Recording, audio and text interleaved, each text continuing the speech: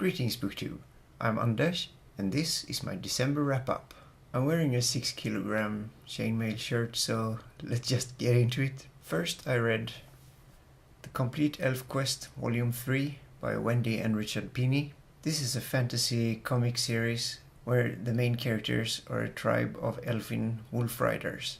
I really like this comic series, it's definitely one of my favorites. And if you're interested in checking it out, I suggest you start with the original quest, which is collected in Volume 1 of the Complete Elf Quest. Or you can look at elfquest.com and you can read all the comics published up to 2014 for free.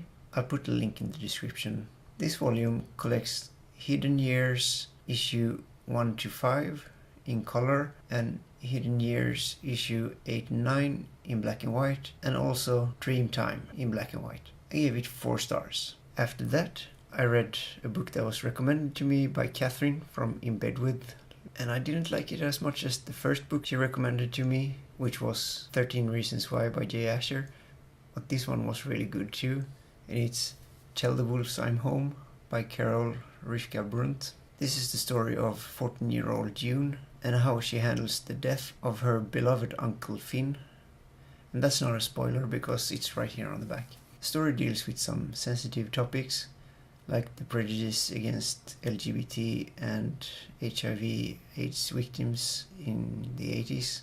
I'm not personally in any of those groups, but I was alive in the 80s and I remember what it was like reading about it, and the things that were said were not very nice. Anyhow, thanks Catherine for recommending it, and I gave it 4.5 stars. And then I read The Immortals Quartet by Tamara Pierce. It's Wild Magic, Wolf Speaker, Emperor Mage, and The Realms of the Gods. I have to say, I really enjoy Tamara Pierce's fantasy series. This one is set a few years after the Song of the Lioness Quartet, and some of the main characters from that series are in this series as side characters. The series follows Dane, a girl who doesn't have the kind of magic that's common in that world. She does have a special connection to animals though, a kind of wild magic. And when the mortal lands start getting attacked by horrifying creatures that have escaped from being imprisoned in the divine realms, Dane and her friend or mentor or teacher Numair have to lead the mortals and defend the world. I gave it 4.5 stars. And lastly, I reread Ready Player One by Ernest Cline. I really liked this book as much as the first time I read it. I was a bit concerned because I read Ernest Cline's other book, Armada, and I did not like that one. I was concerned because I thought that maybe I just liked this book because it was a new concept. But this one is really good, so I highly recommend reading it. And growing up in the 80s, I recognize most of the references, and it's nice to be nostalgic while reading. It's set in the year 2044, and the world has more or less fallen to pieces. For 5 years there has been a competition inside the virtual world called Oasis, a place kind of like the internet, but visual.